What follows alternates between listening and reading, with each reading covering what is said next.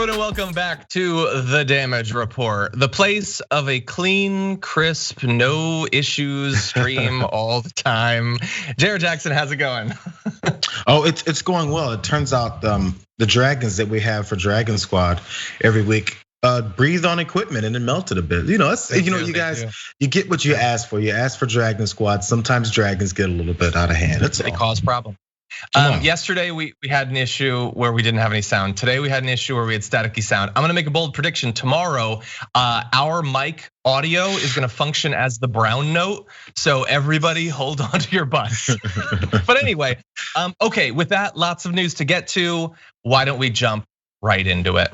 Why not? For several weeks now, the polls have been fairly clear. They could all be wrong, but it's pretty clear that things aren't necessarily looking good for Donald Trump. And he's been getting more and more emotional and deranged as a result of that. Well, this is what friends are for, because Fox and Friends, Trump's last remaining friends, are gonna try to make him feel better by coming up with some explanation for how actually he's doing great. Take a look. Andra talking about what's coming up on her show, and she was talking about the number of people that have voted already. 62.6 million have voted. But according to Google Trends data, some people are thinking about changing their vote, and they're asking if they're able to do that. This is what's trending right now. Can I change my vote and Hunter Biden? So guys, do you think that's after we've learned the news of Hunter Biden, the alleged reports about him, people now want to change their Biden votes to Donald Trump votes? Well, here's the thing, Ainsley. Every state has different rules. Correct. But there are Michigan, Minnesota, Washington, and Wisconsin all have specific laws where you can change your mind after you vote. Now, if you vote apparently in person at an early voting place, you don't get a do-over. But if you submit an absentee ballot or one of those mail-in ballots, apparently you can go ahead and change it. In New York State, those who change their minds after mailing in a vote can go to the county board of election to request a new ballot to override the initial one with the last one sent into the county. Or you can also in New York, Brian, go to the poll and vote in person, and that's the one that would count. And wait for election day. 12 blocks. I know, right? Yeah, and wait for election day. That's the problem. That's what It's like cutting back and forth between you can do this, like no, you could go, you could switch your vote, but they're like pretending that everybody is switching their vote, but they're also desperately trying to get people to switch their vote. And look, really fast before you jump in, Jayar. Look, I alluded in the intro to the fact that this is designed to make Trump feel better. Hey, everybody's changing their mind. It's all coming up Trumpy. Well, he was watching because he's president after all. Just 9 minutes after that video, he tweeted, strongly trending, Google, since immediately after the second debate is, can I change my vote? This refers changing it to me. The answer in most states is yes, go do it. Most important election of your life. So he was watching. He's like, this refers to changing it to me. Why? But like what from that trend means that it's changing it to Trump, but he's like now so sure, yes, they actually love me. The suburban wives are changing their vote. Yeah, so I'm not an analytics person or an internet trending person and go through the numbers of how things click because I think it's incredibly boring. But I decided to run a short test, as soon as I saw this story. I went to Google and I wrote can. And the rest of the sentence was, I changed my vote. Just saying, if I write can, the first thing that comes in is, I changed my vote. So it's the first thing that pops up. I'm not sure how many people did it organically before it became a trend or before it became like a suggested search, but that's how these things work. Once it's getting searched, it gets searched on top of more and more. And if people are searching Hunter Biden and laptop, I wonder why that is. Maybe because you haven't shut up talking about it this whole time and understand that it's backfired on you. There's a story about how White House personnel and advisors are regretting their decision to go so hard on this Hunter Biden and laptop and emailing story that has come up empty for them and hasn't been very effective in the election for their October surprise, they're regretting that they wasted so much time on it, because once they fed it in Trump's small mind, he kept pushing it and kept pushing it. So anyway, who cares that there's a trend on that or a trend on Hunter Biden? There could be a trend on Dragon Squad melting computers after this morning's audio problem. Who knows? I don't care, but it doesn't mean it's really. I care. Yeah, and you're right. Media Matters did an analysis. This was before yesterday. Over 9 days, Fox had covered Hunter Biden and the laptop for 25 solid hours. That's madness. But anyway, okay, so you did your little test of it. That's what it autocorrects to. I saw, hey, this is trending. And I thought, you know what I'm gonna do, because I'm in journalism, I'm going to ask literally the most obvious follow-up imaginable. I'm going to do the bare minimum of additional research to add a bit of context to this, that apparently the three hosts of Fox and Friends, who collectively probably make $15 million a year or more, couldn't be bothered to do, which is, has this trended before? And you're gonna be shocked to find out it has. But you're not gonna be shocked to find out when it trended, because I decided to search on Google Analytics for can I change my vote in the month leading up to the 2016 election.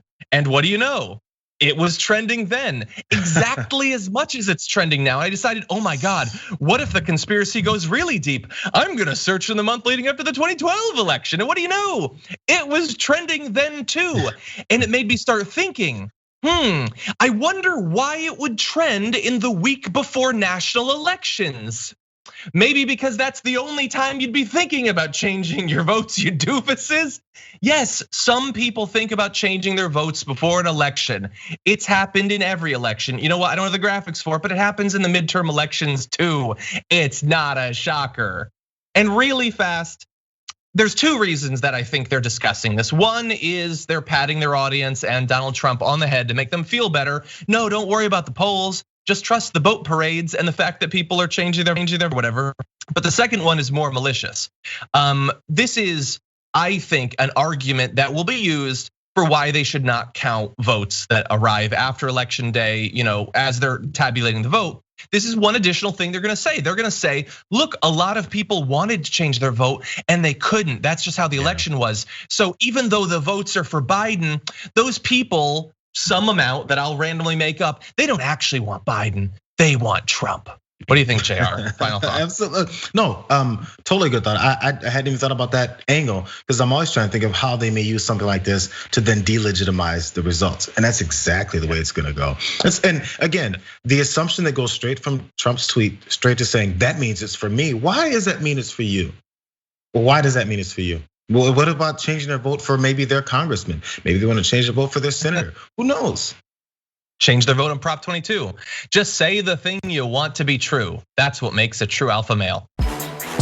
We need to talk about a relatively new show called the Republic, or UNFTR. As a Young Turks fan, you already know that the government, the media, and corporations are constantly peddling lies that serve the interests of the rich and powerful.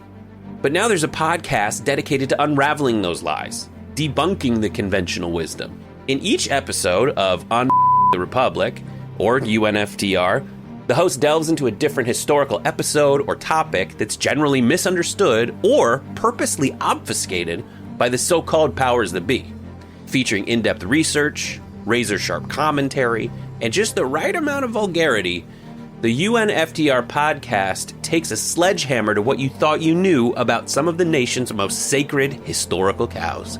But don't just take my word for it. The New York Times described UNFTR as consistently compelling and educational, aiming to challenge conventional wisdom and upend the historical narratives that were taught in school. For as the great philosopher Yoda once put it, you must unlearn what you have learned. And that's true whether you're in Jedi training or you're uprooting and exposing all the propaganda and disinformation you've been fed over the course of your lifetime. So search for UNFTR in your podcast app today and get ready to get informed, angered, and entertained all at the same time.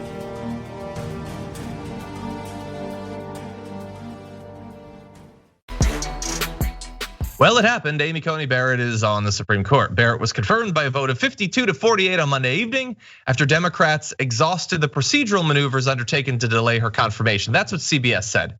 Personally, I don't even see it. I don't even see the procedural maneuvers. I know that Nancy Pelosi had arrows in her quiver. Were they candy arrows? I don't know, because there wasn't a lot seemingly done. It wasn't even like a series of epic failures to stop her from getting on the court. I honestly don't know what they did. They made a big deal out of the ACA in the hearings. That's about it. Jayar, I don't know. Yep. Did you see anything else? Any like last ditch, hold the door efforts to stop her from getting on the court? Yeah, there was like a digital filibuster thing started like I think Sunday and it ran through yesterday, where there was some progressive groups that were organizing, but they got a lot of senators on board and like other folks from other groups to speak for a minute or two at a time, several minutes at a time, to talk about how much this is a disaster and how we need to vote and how we need to pressure Republican senators to vote no in the last second, because that's the tactic we should go with. So, again, and I think Cenk mentioned this yesterday because I threw that story onto the main show, but I don't blame these progressive groups because that's all they can do at this point. They're not in Congress, they're not senators. It's the senators that have to be the ones that do certain things to actually represent the folks that want them to do these things. So, I'm not slamming the idea of them doing this event. It's kind of all they got left because the elected people that may have had some kind of a pull on it didn't do those things. Yeah. If you were a progressive group that was trying to use this to raise a little bit of money, more power to you. Hopefully the money will help flip Texas and get us a few more seats and all of that. But if you're Chuck Schumer participating in that, implying that doing that is doing your job, no, that's not your job. I know from your point of view, fundraising is the entirety of your job, but that's obviously not enough because she's now on the Supreme Court and she's gonna be on the Supreme Court 20 years after Chuck Schumer has eventually passed away. That is the scope of what we're talking about here. I understand at the end of the day, potentially there was nothing that could have been done to actually stop it, but I don't think that delaying it by literally one extra week was outside of the bounds of reason, and they couldn't even do that. Jayar, do you have anything else to say about this? I'm just so sick, honestly. So annoying. I'm so sick of her and the entire thing.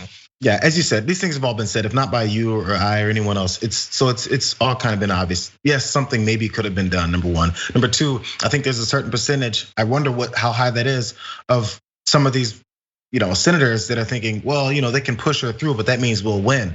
Again, all this is every election cycle is politicians trying to get their job reinstated again. So that's all that really matters. Yeah, sure, a radical on the Supreme Court, this full slant, this completely hypocritical process, whatever, it's fine. People are gonna hate this and it will be in office. That's why a lot of those statements that they made during that digital filibuster or whatever they called it was get out there and vote, make sure you show them that we didn't like this and put us in office. That's the end game for many of these politicians. Yeah. It's not to actually stop the things from happening to the American people, it's to let them happen to the American people and then blame one side for doing it so that you can get in office. That's all any of them ever do. You want a bit of literal end game there for you, and at some point we'll stop talking about the Avengers, but it's not going to be today. Mitch McConnell has reached his end game, basically literally, because Mitch McConnell just adjourned the Senate until November 9th, ending the prospect of additional coronavirus relief until after the election, because neither of two things were true. That he actually cared about the American people, he doesn't. He's off, he doesn't care, or that he actually made the calculation that they needed to pretend to care for the purposes of the election. I understand they're not gonna actually care, but they don't even feel like they have to pretend to care. That is how cowed and whipped the Republican base is. That Mitch McConnell knows he can leave them to suffer and lose their jobs and die and all of that. And he's sure he's gonna get reelected. And he's almost certainly right. He doesn't have to protect any other Republican senators. They don't have to do the bare minimum to pretend that we actually have a representative democracy that's responsive to the actual needs, the most fervent life or death needs of the American people. So he's done, he's gone, he got what he wanted. And every day, every day there should be talk. And well, no, not even saying what Mitch McConnell has done. Ask Americans, maybe the people that are voting for him, be like, how's your life going? How are things happening during COVID, during the pandemic, during this late stage with the lack of relief? How much money you pay in taxes and how much representation you actually get? Now look at what Mitch McConnell is doing. After you say that, say it again. How many times have we heard about this Hunter Biden server and email and computer and all this stuff over and over and over and over again? And after it gets disputed, after it gets shot down, after it gets obviously proven incorrect, they're still talking about it. So imagine if you have truth on your side and you won't stop talking about something that actually hurts your opponent because they're hurting the American people. Not because you're just trying to win, but because it actually hurts the American people. How about we go for that tactic? Yeah, I'm just so sick of everything having to do with the White House, the Supreme Court, the Senate, most of the House, honestly. How the state legislature is doing.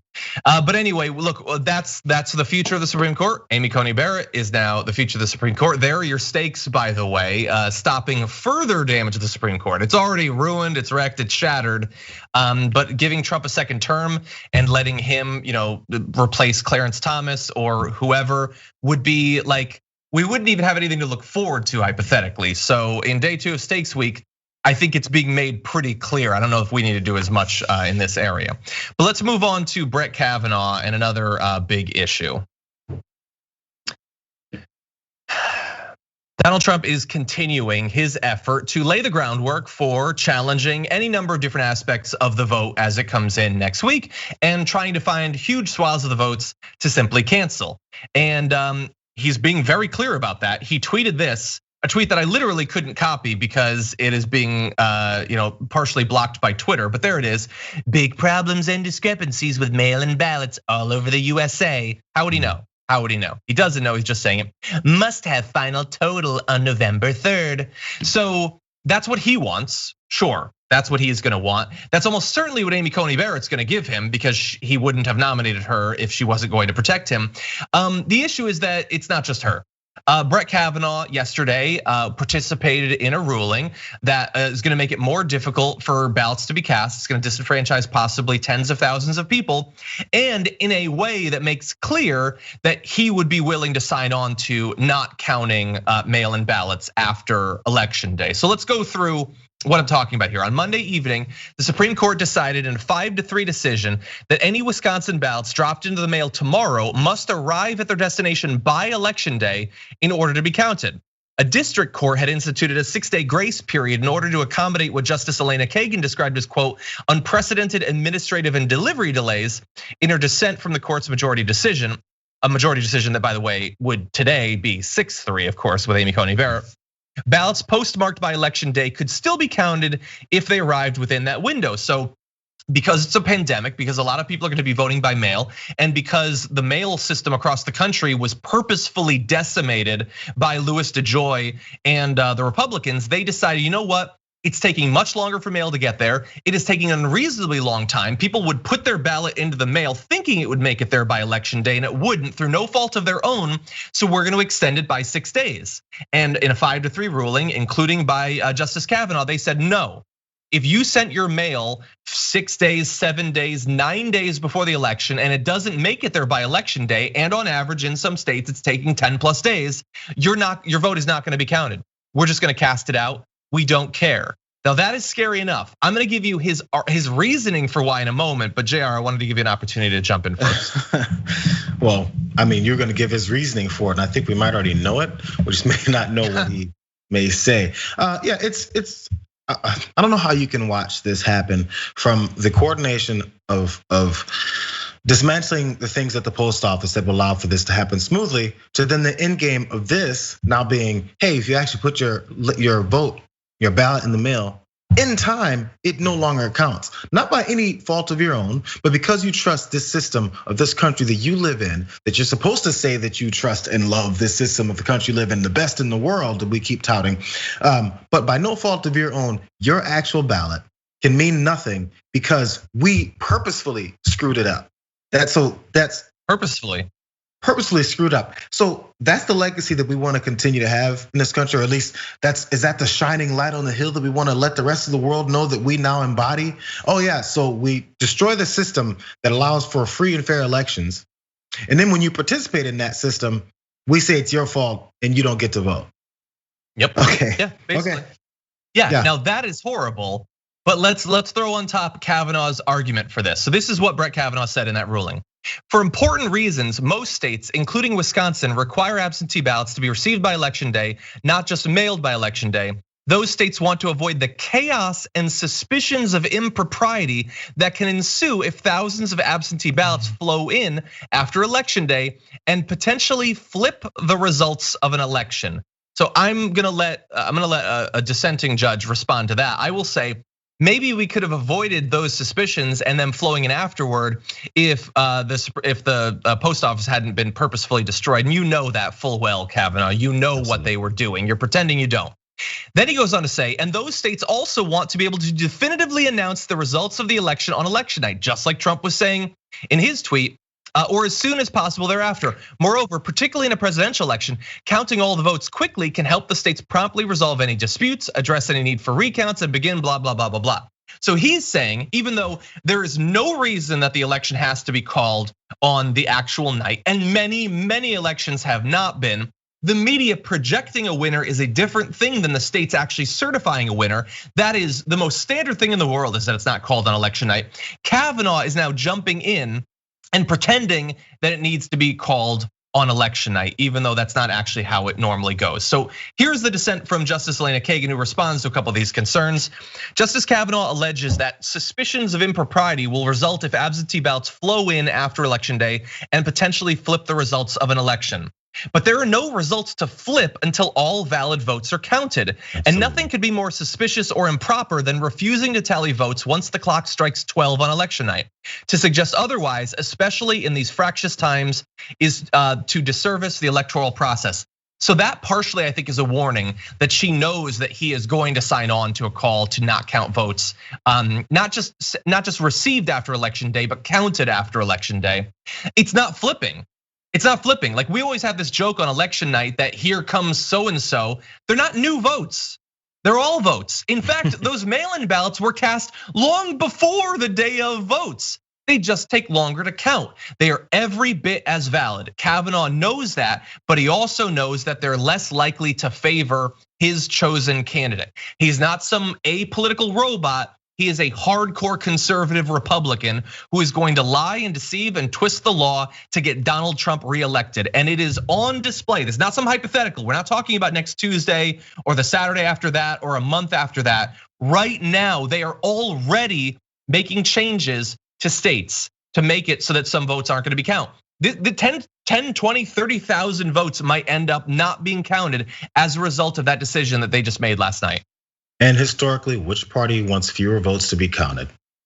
The Republican Party does. They've said it openly, and throughout history. And every time they try to subvert any part of the election process, it's to make sure that they suppress voters. That's just the way it's always works. I want you to think about one last thing. Sorry, you guys. I know we're a bit past what we're trying to do on this, but the Supreme Court justices are supposed to be there for life, so that you can eliminate things like bias or voting particularly for one side or for the president that appointed you. It's supposed to eliminate that. That's the whole point of it. So people can have this trust that, they're not under the suspicion or not under the pressure of being taken out because of the way they rule may anger the people who put them in place. Instead, now we openly say it, by the way, justices are now put there for the exact opposite reason, so that you have a lifetime of taking part in biased rulings and making your decisions based off of your political leanings, not based off of just being there for life. Instead, it's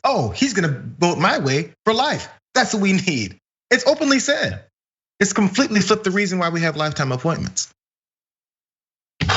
Man, yeah.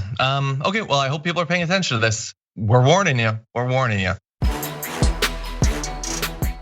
Jared Kushner, famed fail son, is here to tell the African-American community what they need to do to succeed, even though I don't think literally anyone has asked for his input. So here he is yesterday talking about success and what you need to do to get it. And again, one thing we've seen in a lot of the black community, which is mostly Democrat, is that President Trump's policies are the policies that can help people break out of the problems that they're complaining about, but he can't want them to be successful more than they want to be successful. You get what I'm saying there? You get what the implication of that? Oh, absolutely. These lazy black folks don't want to do anything else but sit around on their butts and expect someone to give them something because they don't actually want success. So what he's seen in this black community is that, what does Jared Kushner do in the black community? What black communities has he visited? Which community leaders has he discussed the issues with? Or has he spoken at them the way he just did again now? So what are some of those policies that the Trump administration has been tossing around the black folks just reject? And by the way, black folks, this is just general broad based and just talking about black people in the country. What about your black Republicans? Are they the ones that are listening to the things that Trump is gonna do for black America? And how do you connect just a bunch of people? Just because they're all black, suddenly we have weekly meetings where we go, this is what we're doing this week, black people. Black people, we're gonna not listen to I think it's a Zoom. Yeah, it's a big Zoom. Nowadays it's a Zoom. Where are the black folks meeting to make this one broad sweeping answer of how we want to reject success? Or we want to reject any way to actually go about success? Because black folks have this memo we put out every week. I got mine. It's just I have to hide it from you guys. But I got this one memo from the main black guy, and he told me, hey, you guys, let's stay away from that success thing. It doesn't work well for us. We'd rather just sit on the sidelines in this country that we've participated in our entire existence, and then just not take part in it. We don't want that. How about the successful black people? You was complaining about them a few months ago, the LeBron Jameses that are actually doing something and trying to change the way we approach education and our election systems in this country. LeBron James is doing that. Is he not a successful black person? He doesn't agree with you. So is he not successful anymore? Which one is it? Is it or you want to continue to push this narrative and this stereotype that black folks, number one, aren't successful, which is BS. And then the ones that are successful only did it because they went the right way that you would believe in. Yeah. It's not even, there's no dog whistles anymore. Those have been tossed out when Trump first went down the damn escalator. So just speak directly to your racists and then dog out the actual targets of the people that you want to continue to keep down. Jayar, you are acting. I respect you. You're acting as if the recipe for success is complicated. It's not. It's basically like Sprite. It's just lemon and lime and presumably a glass. There's 2 ingredients to success, and Jared Kushner is merciful. He already gave you one. You have to want to be successful. I'm a very nice guy, and I probably look a little bit like him, so I'll give you the other one. You have to be handed hundreds of millions of dollars by your family. That's all it takes, is wanting to be successful and being handed hundreds of millions of dollars so that you can fail over and over and over for your whole life and it never actually catches up to you. It's really the Donald Trump school of success. And now you have all of the ingredients.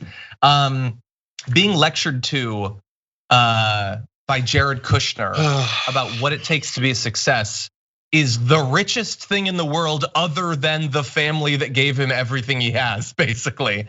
As Don Bayer said, born on third base, thinks he hit a triple, that should be on his tombstone someday. Not Don Bayer's, on Jared Kushner's.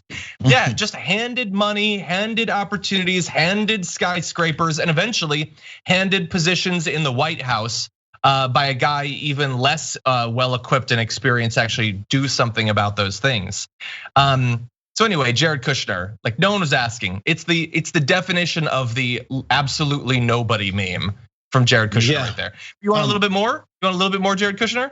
Yeah, sure. Here he is talking about George Floyd and the protests that have been going on throughout this year. So look, there's been a lot of discussion about the issues that were needed in the black community for the last years, but particularly it intensified after the George Floyd situation. And you saw a lot of people who were just virtue signaling. They'd go on Instagram and cry, or they would put a slogan on their jersey or write something on a basketball court. And quite frankly, that was doing more to polarize the country than it was to bring people forward. Jayar, I've been waiting to find out what the actual effect of all of this social conversation and movement has been. And I've been waiting to find out from Jared Kushner whether it was a good thing for black Americans or not. And apparently it wasn't. So it was just a bunch of virtue signal on Instagram and then on your jerseys and on basketball courts. I remember when people were out in the streets protesting the things that were going on and protesting all the police murders because of what happened with George Floyd. And that was finally like a rallying cry for more than just black folks to come forward and be disgusted with the way we've always been treating people in this country. So I remember when that happened and they said, how dare these thugs run out in the streets and start burning their communities and flipping police cars and attacking law enforcement.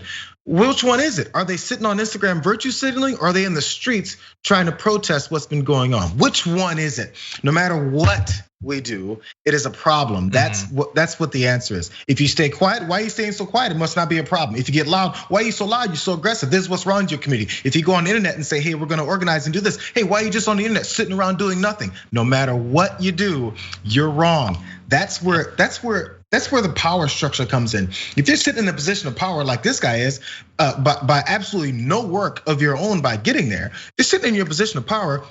You can dole out and tell people what they've done wrong and what they did right, and maybe you shouldn't have done it this way, maybe you should have that way. Maybe I'll listen to you if you decide to come and kiss my feet and then say that you're in support of me and my father-in-law. Then maybe I'll listen to you and then do nothing about it. We know how this whole thing works. And just sorry, I got a text from the lead black guy. He told me to shh about the emails. Who is he? Give us a clue. Come on. He told me to keep it quiet because I've already said too much. Okay. I don't want to get you muted on the next Zoom. How racist are the Republicans? Well, it turns out that if you're a little bit tricky in your polls, you can get a pretty good idea, by the way. So let's talk about the results of a January Washington Post Ipsos poll. Found that more than 8 in 10 black Americans think that Trump is a racist. 65% think that now is a bad time to be black in America. So Jayar, that Zoom call, they polled it. They're pretty sure that he is a racist. But that's black Americans looking at MAGA heads and evaluating them. What if we could actually talk to the MAGA heads and get them to admit it without realizing what they're doing? Well, they have that. Public Religion Research Institute asked respondents whether they believe that, quote, it always makes the country better when all Americans speak up and protest unfair treatment by government.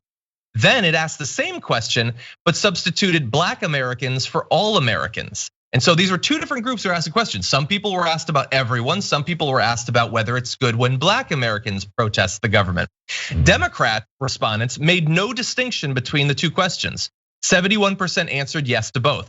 Among Republicans, however, 49% believed it made the country better when all Americans spoke up and protested the government, but just 24% believed it when black Americans spoke up and protested. And by the way, among Republicans whose most trusted news source is Fox News, the gap was 47% yes for all Americans and just 10% for black Americans to do exactly the same thing.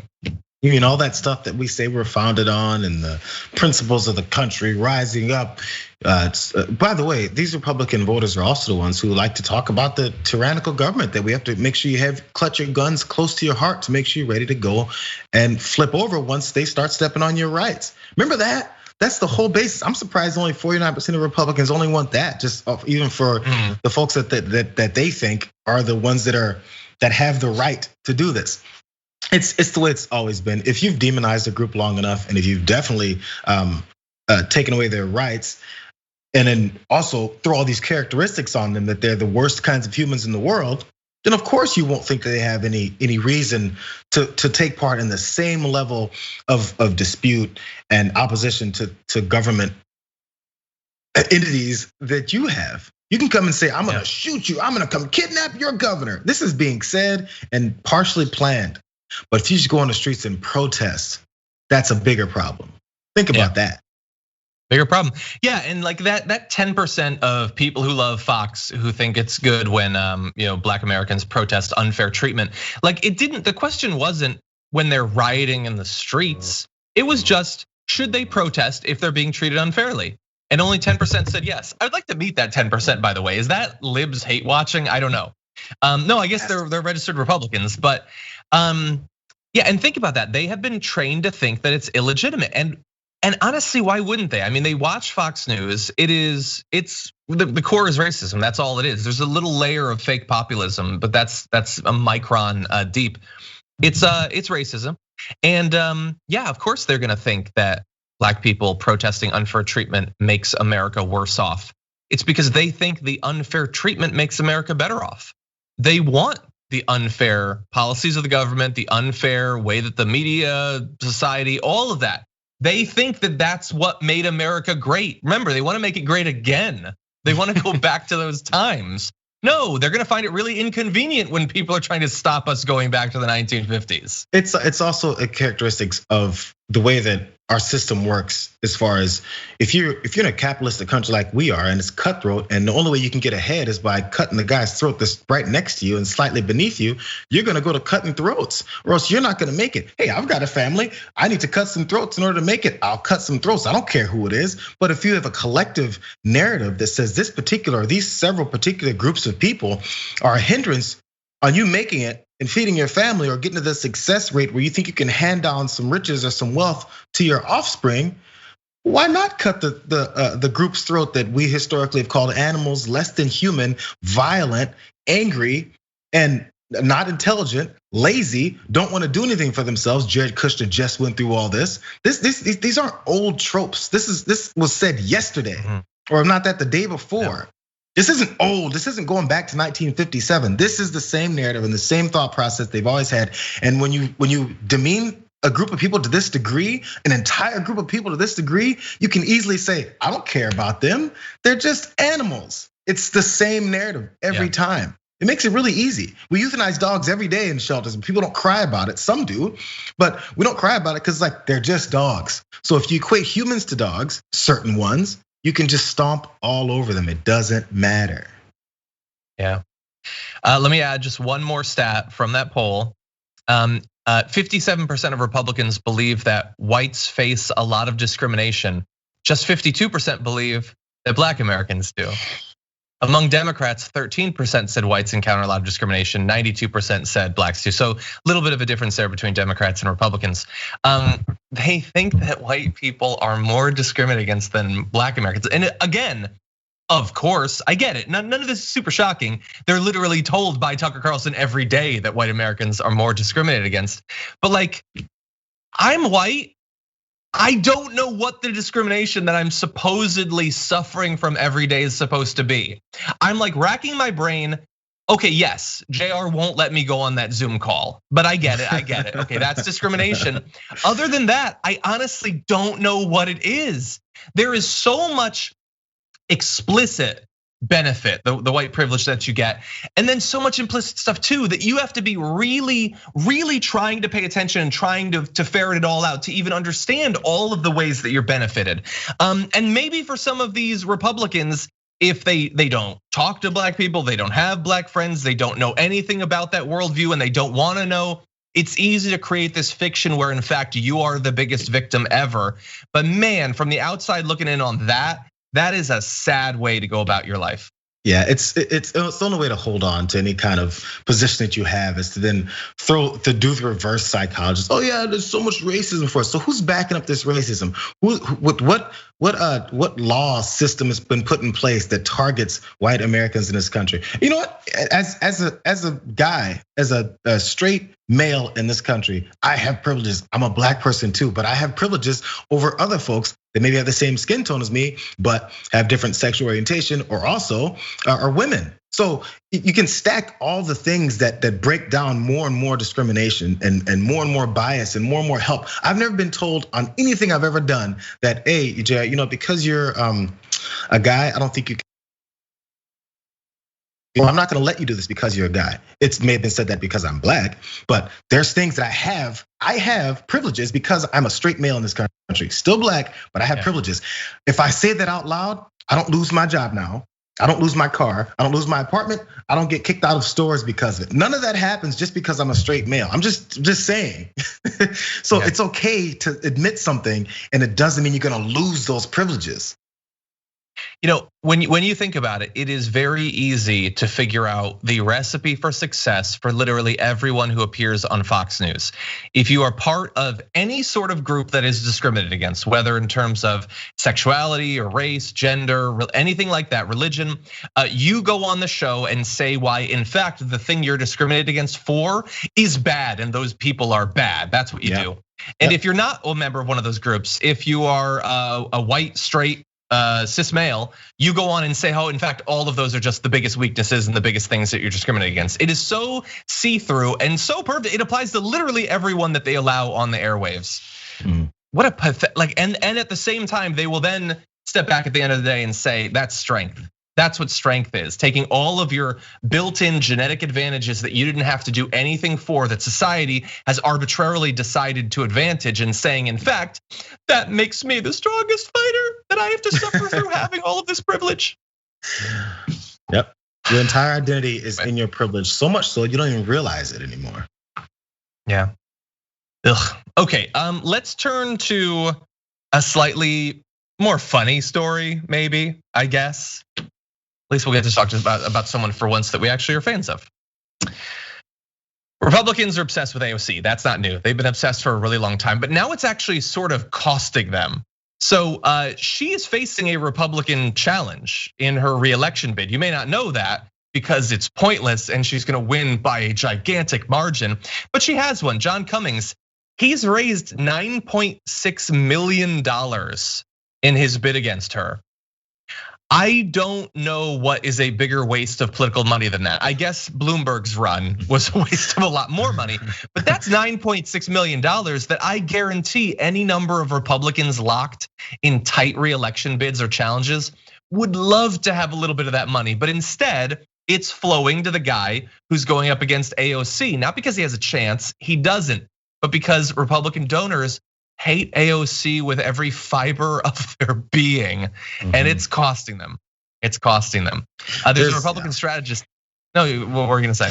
It's the thing is the more popular she gets, and the more it's like almost like a pop star type of response she gets. It angers them even more because that's something that they've really been able to obtain. Like as a politician, you need to have this popularity that just who you are attracts people. And she tends to have that on top of policies and on top of ways to speak to people. And I honestly reach people to who they really are. That helps. And many politicians are too stiff and square to pull that off. So the anger comes even further, like how can we actually penetrate this armor that she's got? How do we break through it? And they have such anger, they don't realize how much they're actually helping her by not stop talking about how awesome and popular she is. Yeah. Now, Republican strategist Tim Doherty says, I guarantee you 75% of his contributors, John Cummings, don't know anything about him. The people that are interested in that race financially are giving because it's AOC. And again, there's an opportunity cost to that. And it's $9.6 million. Now, this is not just Republicans. Let's both sides this for a bit. Remember that Michelle Caruso Cabrera, former CNBC anchor who lost to Ocasio-Cortez in the primary, raised $2.4 million and loaned $1 million of her own money. She's now running actually as a candidate for the Serve America movement. She's serving something. I don't think it's America. But anyway, that now we're at well over $10 million that a combination of Wall Street and Republican donors have thrown into a massive smoldering fire because they hate AOC so much. By the way, she noticed this. She tweeted recently, one perk about a GOP motivated by hatred is that it's irrational and unstrategic. All these millions of Republicans are hate pouring into my race just for shady DC consultants to scoop up and burn is less money channeled for them in tight swing races. Which is absolutely true. That is totally money that could be going to protect. Like there's a lot of Republican senators who are in very tight races. Lindsey Graham has been begging for money, and it seems like the Republican donor class is like, I hear you, buddy. I'm going to John Cummings because man, Lindsey, have you considered running against AOC? Then maybe you get some donations. I don't know. I don't know, with money in politics and giving at the end of races and I've raised this much more money. The way that transfers into what you do with your political campaign isn't always just a sweet win. I never really got that. I got more money, I'm gonna run some more ads. Saying what?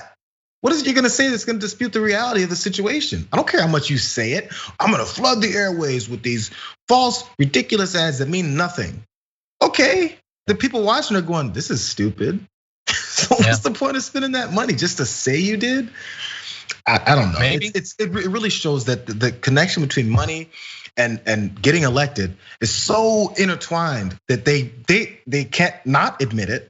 That the more money I got, the more chance I have to win. That's all that matters. Isn't that antithetical to the way we're supposed to think about the elections and the way we're supposed to think about representation? The person with the most money wins? Really? That's what we want to say out loud? Listen to this lib with his democracy talk. And you're right, look, for him, no ad he's gonna run is gonna win him the election. But for those consultants, who cares? It's all money. Yeah. They already got the money. It doesn't matter who wins, which is true for a lot of them.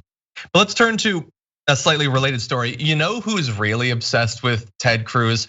Who's as obsessed, you know who's really obsessed with AOC? Ted Cruz, as obsessed as he is with being needlessly awkward in his public addresses. And remember, as I show you this video, which we're about to go to, that he is definitely gonna be running for president again in a few years. So consider this the launch of his presidential race. Here he is talking about AOC. It's Bernie and Elizabeth Warren and AOC. Yeah. Who keeps stomping her foot saying, "Mr. President, call me Congresswoman."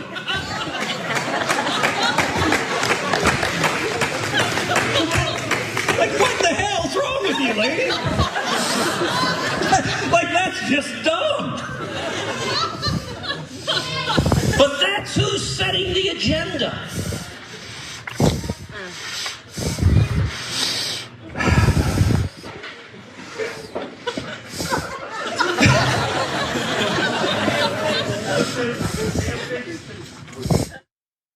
Yeah, we left in that last bit because what was that? That weird, awkward, heavy breathing? Was he heavy breathing because he'd done that foot stomp? And then there's the awkward laughter. Who is going to that weird rally? Who is going to that? But yeah, that's your pitch. She calls. She tells you to call her Congresswoman. Who does that? That's just dumb. What? Well, that's the problem with AOC, is that she told you to call her Congresswoman one time. What? I'm going to the ballot box, man. I was totally gonna vote for AOC, but then Ted Cruz walked up and then said that she told you to call her Congresswoman. Oh man, that's a deal breaker. Where's the argument? I think the argument is that he was saying that to ensure that his audience knows that he's a misogynist, talking about this lady and stuff like that. I don't know if it was more misogynistic or more awkward. I think it's sort of a peanut butter and jelly sort of situation. It was both of those things. But look, the particular thing that, look, he's obviously mocking her and implying, look how crazy she is, that she wants to be respected based on her amazing accomplishments. But let's be clear about what he's saying. He's saying she's stomping her foot and saying, Trump, respect me. She's being pathetic in her interactions with Donald Trump. Boy, Ted Cruz has no experience with that he's trying to distract you from by bringing up AOC. But Ted Cruz, who are you doing phone calls for? Who are you pretending didn't call your wife ugly and your father an assassin? Who have you supplicated yourself to for the past few years? And you're gonna pretend, Ted Cruz, you're gonna try your best to pretend in a year or two, when Trump is finally gone, he's off on his island or whatever, you're gonna pretend that you are a big, tough, strong, weasel-faced little man and that you stood up to him, but we're gonna know that you didn't. No, man, he insulted your wife, he insulted your family, and you bent the knee to him because you thought it was in your interest. Don't try to distract us with AOC. Nobody's questioning how strong AOC is. You need to think about yourself, man. And it's gonna take more than a ferret on your face to imply that you're actually strong. Yeah, these guys aren't dumb. I don't know. He doesn't think that's really gonna sway anyone. He just needs to waste some time. I don't know, maybe it's kissing up to certain donors that can, again, like we just talked about the race against AOC. They'll give money to people just for the sake that they made them cackle over a ridiculous, I don't know, I was gonna call it a joke, but it's not even a joke he was making. He was just talking.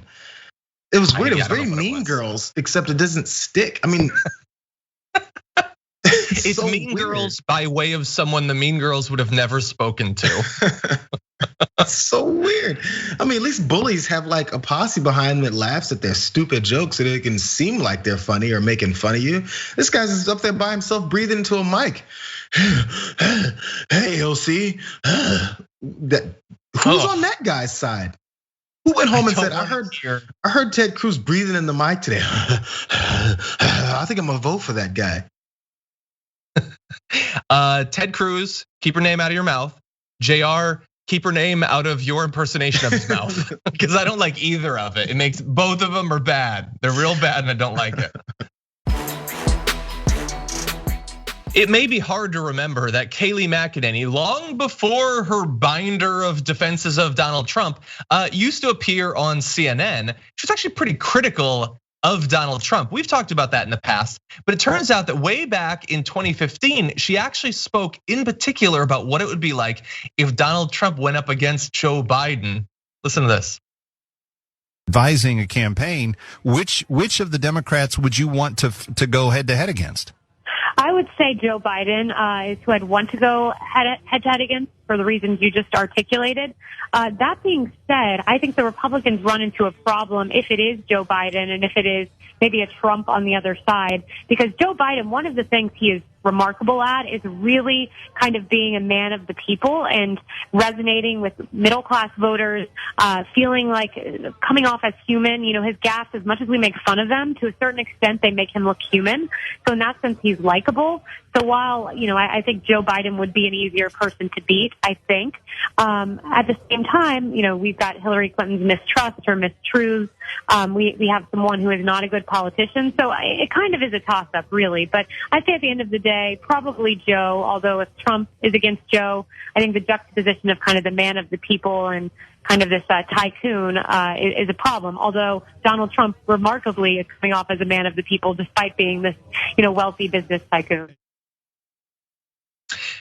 Jayar, I mean, look, it's fairly obvious. Basically, everyone says that about Joe Biden, but she wasn't really wrong. Like, yeah, his gaffes don't really make him unlikable. She's trying to pretend now as press secretary that they're huge issues and they go to him being crazy or something. But when she wasn't being paid to lie for him, just paid in general to deceive people, she was admitting that, yeah, no, people like someone who's a little bit real and makes mistakes and stuff like that.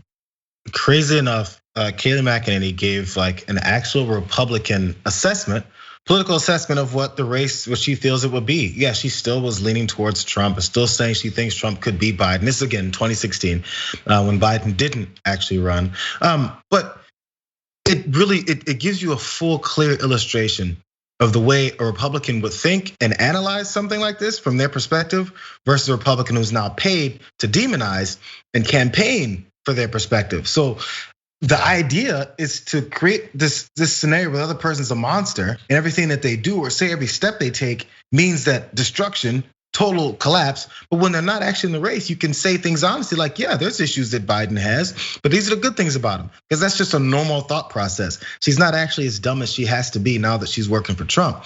But in order to work for Trump, you actually have to dumb down any full, clear thought process that you might have, at least in the public. Maybe behind closed doors, they still say things like, hey, you know, Joe is coming off way better than Donald is this week. Maybe we should do this. And then when they present Donald with it, he goes, what are you talking about? You mean words? No, let's not go that route. Yeah. I think that when you become press secretary, they do two things. They suck all your brains out of your head and then they give you a binder of things to say. And I've got the ultimate example of that. So I'm gonna skip to the last graphic, by the way. So back before she was working as press secretary, she was like, Joe is like warm and funny and he comes off as a real person. She was being honest. And now she can't do that because that's her job, is to not be honest. Responding to her 2015 comments in a statement to CNN, McEnany said that since then, she has learned of what she called Biden's, quote, profound personal corruption, and said the former vice president has become, quote, an empty vessel for the liberal elites and far left, echoing attack lines often used by the, obviously, because she's not a person anymore. She just reads, this is the line I'm supposed to say, personal corruption. The far left controls him. That's what I think. I don't feel anything. I don't have anything. I'm an empty husk of a person now. I just whatever the campaign says. That's what I say. It's and honestly, that's frustrating. But really fast, my last point on this. That's super frustrating. But you know what's going to be more frustrating? In a year when she's back on CNN as a commentator. That's going to be more frustrating. I mean, look at Rick Santorum. He ran for president back in 16 anyway. I think it was 16. It feels like it was way longer ago than that. And look at him on CNN every day, just spouting Republican talking points, just for the sake of having his face on there and say, here's our Republican to say stupid things that we already know that they're gonna say. And for people who may say, back to my thought, for people who may say, oh yeah, what about Democrats who just kind of jump around and say whatever's needed to be said, maybe by press secretaries or campaign advisors or spokespeople? Sure, they do that.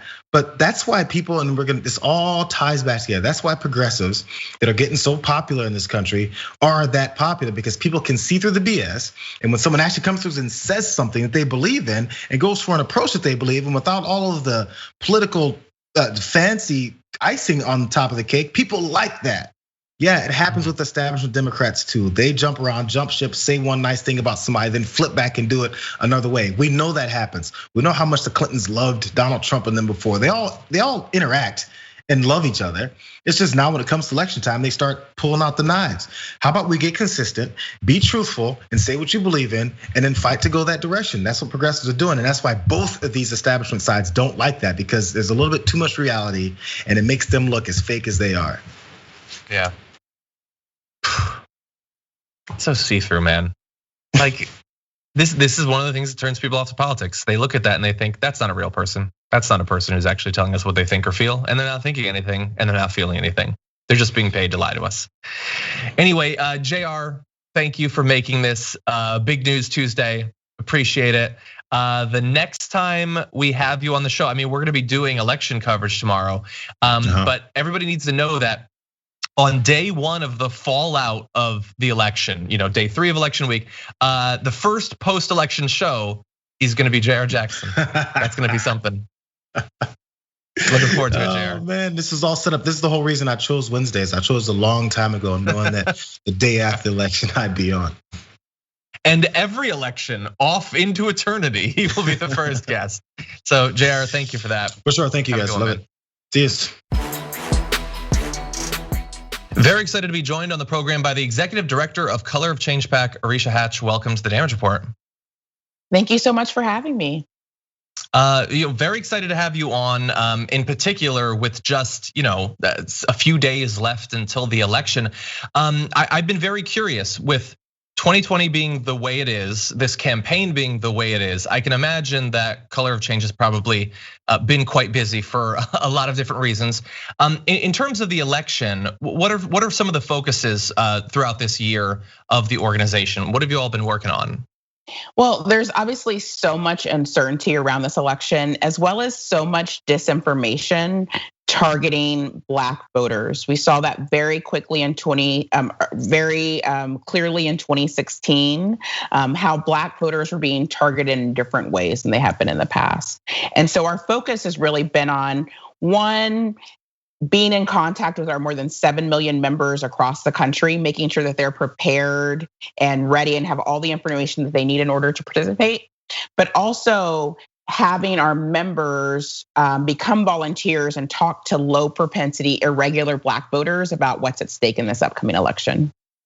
I'm really curious about that, because I know obviously you're 100% right. There's been historically tons of misinformation. This year has been no different, but we also know that the pandemic has thrown the election into a bit of chaos, and the pandemic has affected Black Americans disproportionately. So as the organization is talking, as you said, to low propensity voters, is concerns around the pandemic, whether it's safe to vote, those sorts of things, is that something that you're hearing a lot about?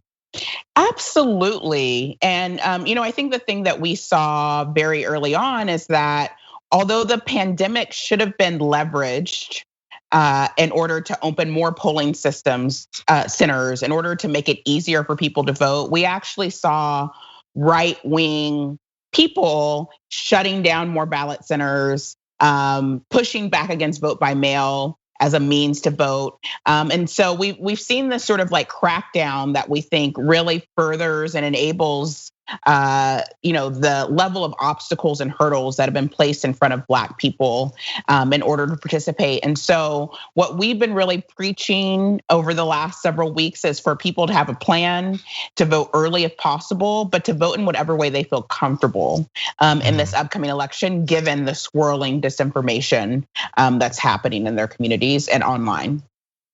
Yeah, I was curious about that. I don't know if it's possible to really get a read on it. But in terms of access to the vote, I mean, as you point out, there's been a ton of voter suppression. There's going to be attempts at voter intimidation from these poll watchers throughout the country.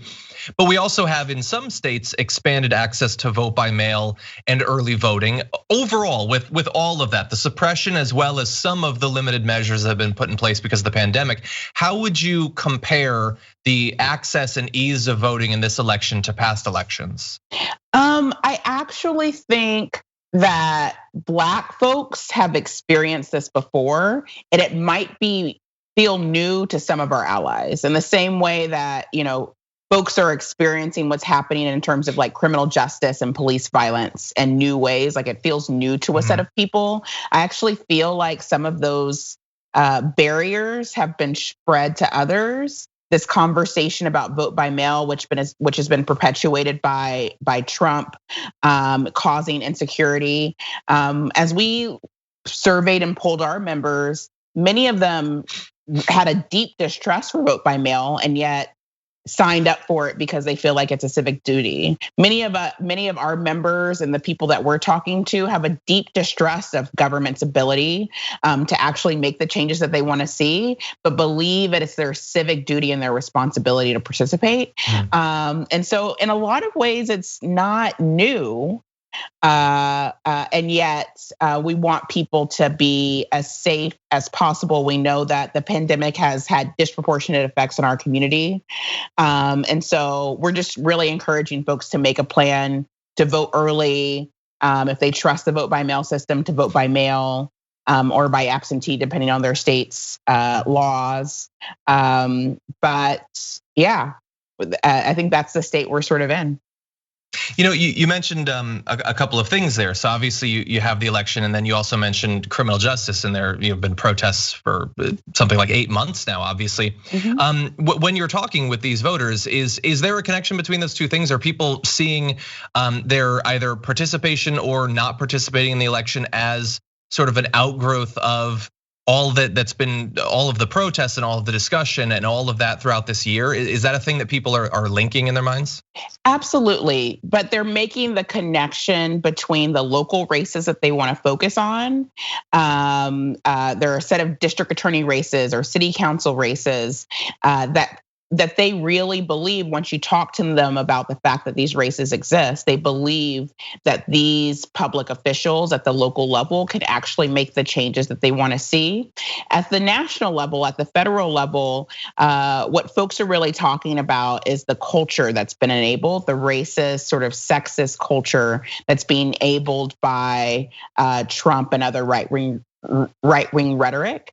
And what we're hearing from folks is that they understand that we can't make the changes that we want to see with that culture in place. They don't necessarily believe that Biden or Senator Harris are, the most radical folks, as like the right wing would like to term them, or the folks that are really going to make significant change in this issue.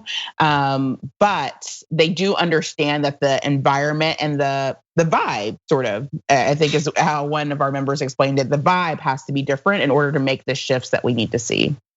Yeah, you mentioned the racist rhetoric, and the closing appeal in terms of commenting on race from the Trump administration has been an interesting one. Just I believe it was yesterday they deployed Jared Kushner to talk about how he seemed to be implying that Black Americans don't want to be successful, and they need to change that.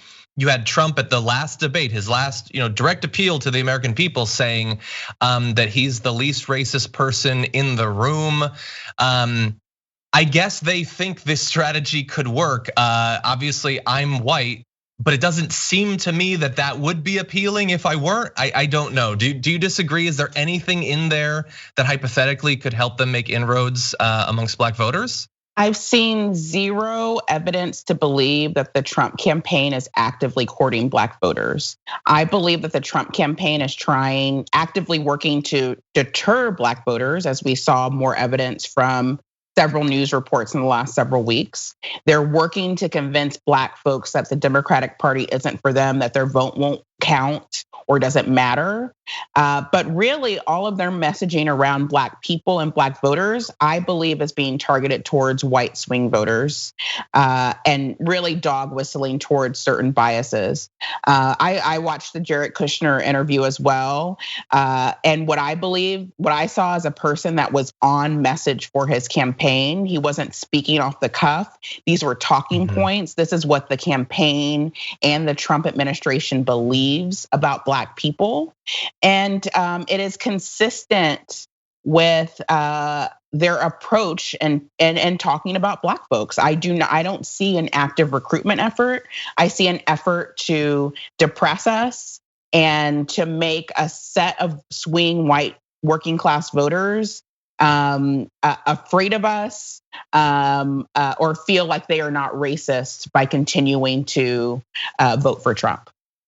Yeah, I felt the same way while watching the Jared Kushner interview. It felt like it wasn't an appeal to Black voters. It felt like it was an appeal to white conservatives who want to believe that it's not government policy that's been responsible for, economic inequity. It's some sort of psychological or moral flaw or something like that.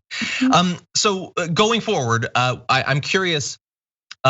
We have all the suppression that we've already seen within this election and historically, racial discrimination in terms of culling voter rolls, mail-in ballots with traditional Black names being rejected at higher rates, all of that. So they're already trying to cut out as many votes as they can. We know that there's a chance that after election day, starting on election day, there will be legal challenges to not count certain votes or throw out certain sets of votes. Is that a thing that Color of Change is getting ready for in terms of that legal and social conflict? Absolutely. There's been a lot of scenario plan happening. I think a lot of the progressive movement doesn't want to feel caught surprised or flat-footed in the same way that we felt in 2016.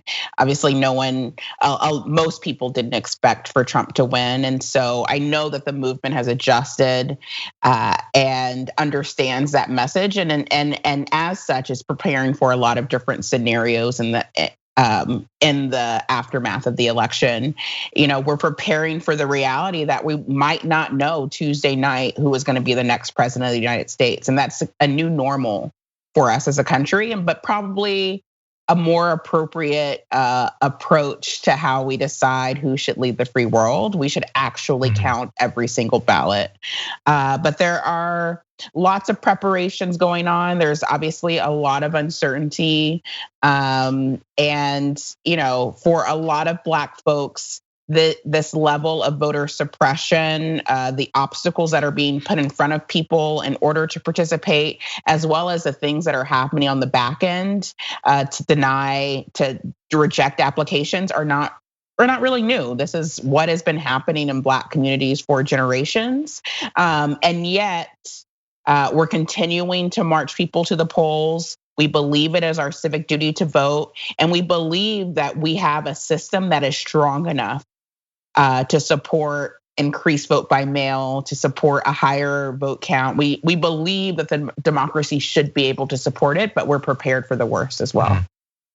I hope that it should. I think that it should. I don't know if based on the experience of this year, I still think that it can support it. All that they've done with the post office and everything has been so underhanded, but I appreciate the optimism and having a really effective organization out there trying to make sure that as many votes as possible there and that also are counted. And so we really do appreciate that. Arisha Hatch, thank you so much for joining us. Thank you for having me.